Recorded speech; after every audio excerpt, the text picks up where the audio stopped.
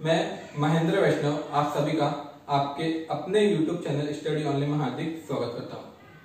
तो आज का जो हमारा टॉपिक है वो है स्टेज फियर। स्टेज फियर की जो प्रॉब्लम है वो बहुत से लोगों को होती है कि हम लोग बहुत से लोगों को ये टेंशन होता है कि हम लोग स्टेज पे जाएंगे कैसे, हम लोग कैसे परफॉर्म करेंगे, हम तो स्टेज पे जा ही नहीं सकते, हम लोग लोगों से बात नहीं कर सकते। तो इससे आपको जो है घबराने की जरूरत नहीं है। आपको आज मैं कुछ ऐसे आसान टिप्स दूंगा, अगर आप उनको फॉलो करते हो तो शायद जो है आपका स्टेज फियर कम हो सकता है और मे भी खत्म ही हो सकता है। तो चलिए चलते हैं आज की टिप्स की ओर। तो सबसे जो पहली टिप्स है वो है पॉजिटिविटी को आने दो और नेगेटिविटी को बोलो बाय बाय।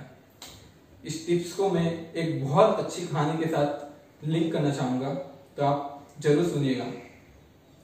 एक बार क्या होता है, एक लड़का रात में अपने फ्रेंड के साथ घर से बाहर निकलता है। उसकी फोन की जो बैटरी है वो लो रहती है, उसका फोन भी बंद हो जाता है। तो पेरेंट्स उसको फोन ट्राई करते, उसका फोन लगता नहीं है, फिर ट्राई करते, फिर लगता नहीं है। तो ऐसा करते हैं, 2-3 बार करते हैं बट लगता नहीं है। तो फिर पेरेंट्स के माइंड में एक नेगेटिविटी आ जाती है। पेरेंट्स सोचते हैं कि मेरे बेटे को क्या हुआ, वो फोन नहीं उठा रहा है, उसको कोई कुछ अनहोनी तो नहीं होगी, क्या पता कैसा होगा। तो जबकि ऐसा कुछ हुआ नहीं रहता है बट उनके माइंड में नेगेटिव थॉट आ जाते हैं।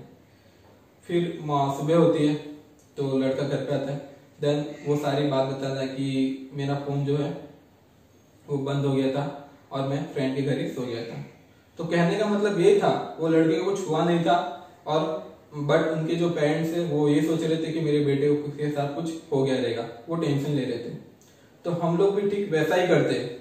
जब स्टेज पर जाने वाले होते हैं तो उससे पहले हम लोग इतना नेगेटिव सोच लेते हैं, अरे मैं तो अच्छा नहीं दिखता हूँ, मेरी आवाज तो कैसी है, मैं ऑडियंस को कैसे फेस करूंगा, अगर ऑडियंस ने क्वेश्चंस किए तो मैं क्या बोलूंगा, जजेस क्या सोचेंगे मेरे बारे में। तो हमें वो सब नहीं सोचना है। हमें क्या सोचना ना, हम अगर नेगेटिव सोचते हैं ना, तो नेगेटिव और डर दोनों आपस में भाई बहन है। जब नेगेटिविटी अपने अंदर आती है ना तो बोलती है, अरे डर भाई तू भी आ जा, मैं इसके अंदर रह रही हूँ, अपन दोनों साथ में रहेंगे। तो हमें नेगेटिविटी को अंदर नहीं आने देना। तो हमें करना क्या है, हमें ये करना है कि हमें पॉजिटिव सोचना। लाइक आपका कल स्टेज परफॉर्मेंस है, तो उससे पहले आप एक दिन ये सोचो कि मेरा स्टेज परफॉर्मेंस हो रहा है और लोग मुझे देख रहे, लोग मुझे बोल रहे वंस मोर रॉक ऑन, आपका स्टेज परफॉर्मेंस बहुत अच्छा है, लोग ताली मार रहे हैं, ताली बजा रहे हैं और लोग बोल रहे हैं कि एक बार फिर से करो। जजेस भी खुश हो रहे, जजेस भी आपके परफॉर्मेंस से खुश हो रहे।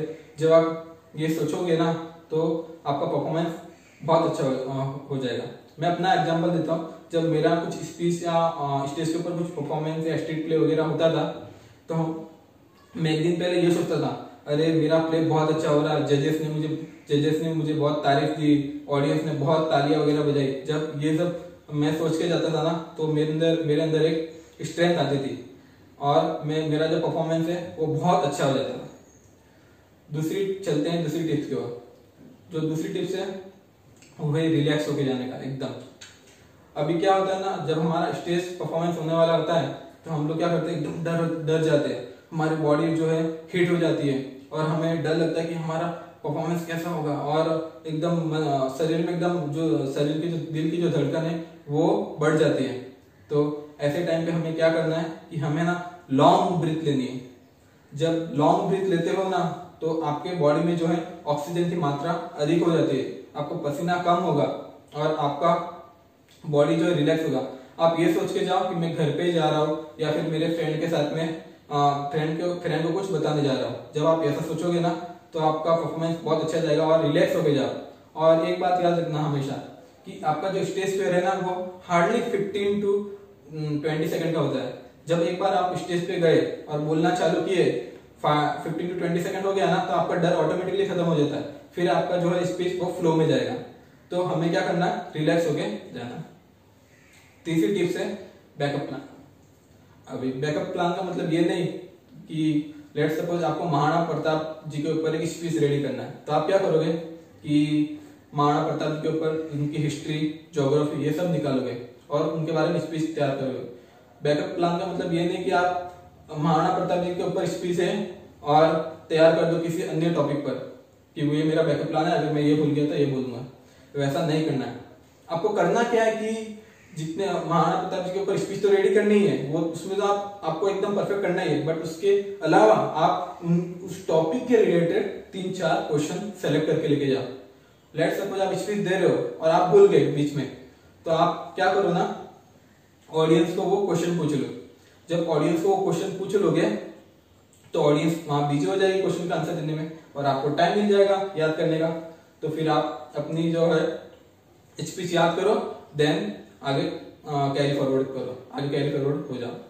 तो ऐसा करने से क्या होगा, आपकी इमेज जो है वो भी अच्छी बन जाएगी। लोग सोचेंगे कि हाँ सच्ची में टैलेंटेड बंदा है, क्वेश्चन भी पूछ रहा है, टू वे ऑफ कम्युनिकेशन कर रहा है। तो इससे आपकी जो है इमेज भी बन जाएगी और आपका कुछ नुकसान भी नहीं होगा।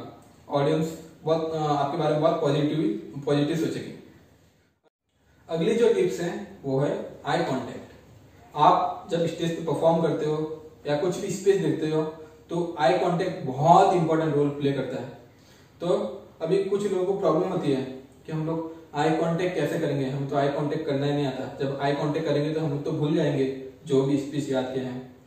तो इसके लिए बहुत अच्छी टिप्स है कि आप ना जब आप स्पीच देने जाते हो स्टेज पे तो आपकी नजर पूरे हॉल में घुमाओ, चारों तरफ अपनी नजर ऐसे घुमाओ।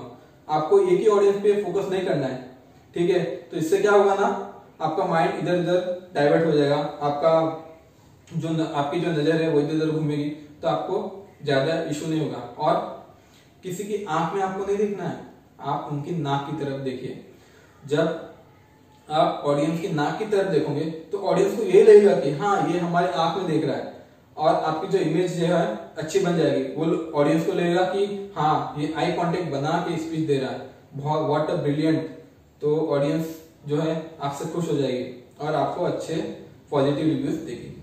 अगली जो टिप्स है वो है स्टार्टिंग में सॉरी नहीं बोलना है। अभी क्या होता है ना, कुछ लोग तो स्टार्टिंग में आए नहीं स्टेज पे और बोल देते सॉरी, अगर कुछ गलती हो तो माफ कर देना, मेरे पास टाइम नहीं था, इसके लिए मैं जो है स्पीच रेडी नहीं कर पाया। तो आप क्या कर रहे हो, स्टार्टिंग में सॉरी बोल दोगे तो ऑडियंस का जो इंटरेस्ट है वो तो खत्म हो जाएगा ना। ऑडियंस डिमोटिवेट हो जाएगी, आपके बारे में नेगेटिव सोचेगी कि स्टार्टिंग में सॉरी बोल दिया तो ये आगे क्या करेगा। और एक और अच्छी बात है उसमें कि आप जब स्पीच दे रहे हो, ठीक है, और मिडिल में सॉरी बोल दिए तो वो भी आपको नहीं करना है, क्योंकि आप जब मिडिल में सॉरी बोल रहे हो तो ऑडियंस को पता चल जा रहा है कि आपने गलती की है। आपको पता है कि यहाँ पर मैंने गलती है, ऑडियंस को थोड़ी ना पता है कि आपने उधर गलती की है। तो आप उधर सॉरी वर्ड यूज मत करो मिडिल में। आप भूल जा रहे हो तो आगे कंटिन्यू करते जाओ, ऑडियंस को बताओ मत कि आपने ये गलती की है। दूसरों को आपको अपनी कमियां दिखाना नहीं है, बल्कि ये दिखाना है कि मैंने ये स्पीच बहुत अच्छे से रेडी की है और जो है मैं अपना बेस्ट दूंगा। जब आप ये सोच के स्पीच देना स्टार्ट करोगे ना तो कोई सब आपको अच्छे रिवॉर्ड देंगे और आपका परफॉर्मेंस भी अच्छा रहेगा। अगली जो टिप्स है वो है टाइम मैनेजमेंट। टाइम मैनेजमेंट बहुत इंपॉर्टेंट रोल प्ले करता है। लेट्स सपोज कुछ लोग होते हैं कि लाइक 9 मिनट का टाइम होता है, नहीं 10 मिनट का टाइम होता है और अपनी स्पीच वो लोग 15-20 मिनट तक कंटिन्यू करते जाते हैं। तो उससे जो ऑडियंस है ना वो बोर होने लगती है। वो ऑडियंस को ऐसा लगता है ना कि भाई के पास 10 मिनट्स का टाइम है और ये 15 मिनट तक क्यों इतना ज्यादा बोल रहा है। ऑडियंस को उसमें रुचि नहीं रहती, वो बोर होने लगते हैं। तो हमें ऐसा करना नहीं है। ऑडियंस को जो है क्वालिटी देनी है, हमें क्वांटिटी नहीं देनी है। अगर आपका 10 मिनट्स का स्पीच है, 10 मिनट्स का परफॉर्मेंस है, तो उसको आप ना 9 मिनट तक ही खत्म कर लो। जब आप 9 मिनट तक खत्म कर लोगे, बाई चांस अगर आपका कुछ इशू हो गया तो आपके पास 1 मिनट बैकअप का है ना, तो 1 मिनट वहां पे आपका एडजस्ट हो सकता है। ट्राई करो कि 9 मिनट्स में खत्म करने का। अगर आपका 30 मिनट्स का परफॉर्मेंस है तो 25 मिनट्स में खत्म करने का, तो 5 मिनट आपको बैकअप के लिए मिल जाएगा। तो ऐसे आपको टाइम मैनेजमेंट करके चलना है।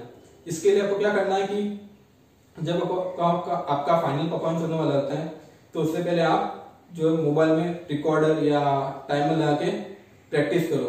5-6 बार प्रैक्टिस करोगे ना, आपका जो भी है स्पीच वगैरह एकदम परफेक्ट हो जाएगा और आप जो स्टेज पे एकदम अच्छा करके आओगे। तो अगली जो टिप्स है वो है कि आप स्टेज को अच्छे से देखना है।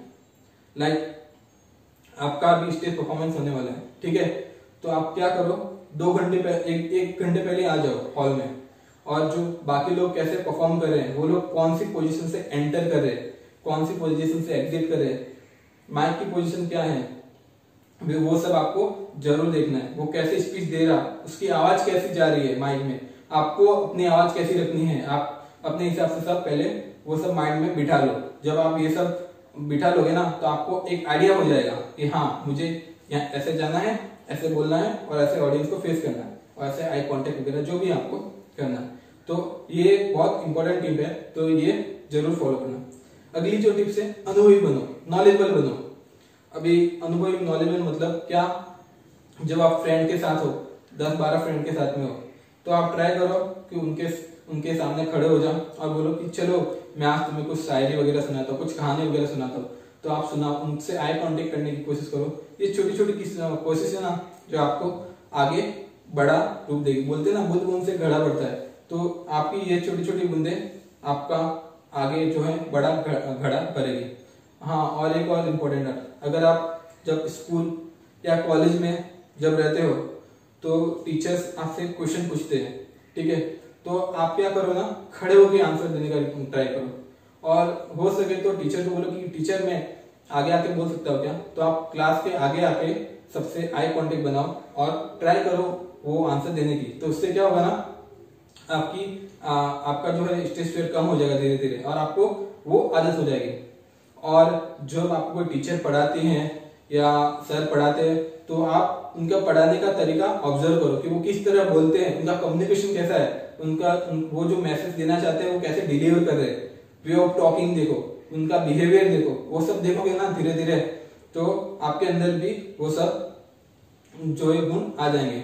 और जब भी आपके कॉलेज में कुछ वेबिनार, सेमिनार या कुछ भी होता है, तो आप ट्राई करो उसको अटेंड करने की, और उसमें एक नोटपैड वगैरह कुछ भी लेके जाओ, और जो वो स्पीकर कुछ इंपॉर्टेंट पॉइंट बोलता है ना, वो नोट डाउन कर लो, और आप ट्राई करो कि वो जो पॉइंट्स है उस पर काम करने की, और वो स्पीकर को अच्छे से सुनो, वो क्या डिलीवर मैसेज करना चाहता है उसको जज करो, ऑब्जर्व करो कि वो कैसे बोल रहा है स्टेज पे। जब ये सब आप देखोगे ना, तो आपके अंदर वो सब क्वालिटीज आ जाएगी, और आपका जो स्टेज पे धीरे धीरे खत्म होना स्टार्ट हो जाएगा। तो आई होप आपको इस वीडियो में कुछ नई बातें सीखने मिलेगी, कुछ नई बातें सीखने मिली होगी, और आपको ये वीडियो काम आया रहेगा। अगर आपको ये वीडियो अच्छा लगा हो, तो ज्यादा से ज्यादा लोगों को शेयर करना, और मेरे चैनल को सब्सक्राइब करना, और लाइक भी करना। हाँ, और अगर आप चाहते हो कि मैं इसके बारे में और डिटेल में वीडियो बनाऊं, तो मुझे सजेशन देना कमेंट बॉक्स में। और अगर आपके माइंड में कोई ऐसा टॉपिक है जिसमें आपको डाउट है, तो भी आप सजेशन दे सकते हो। आपका सजेशन हमारे लिए ऑलवेज वेलकम है, आप कभी भी सजेशन दे सकते हो। और आप सभी ने इतना कीमती समय दिया आपका, और मेरा ये वीडियो देखा, उसके लिए बहुत बहुत धन्यवाद, बहुत बहुत थैंक यू सो मच। तहे दिल से शुक्रिया करते हैं, थैंक यू सो मच।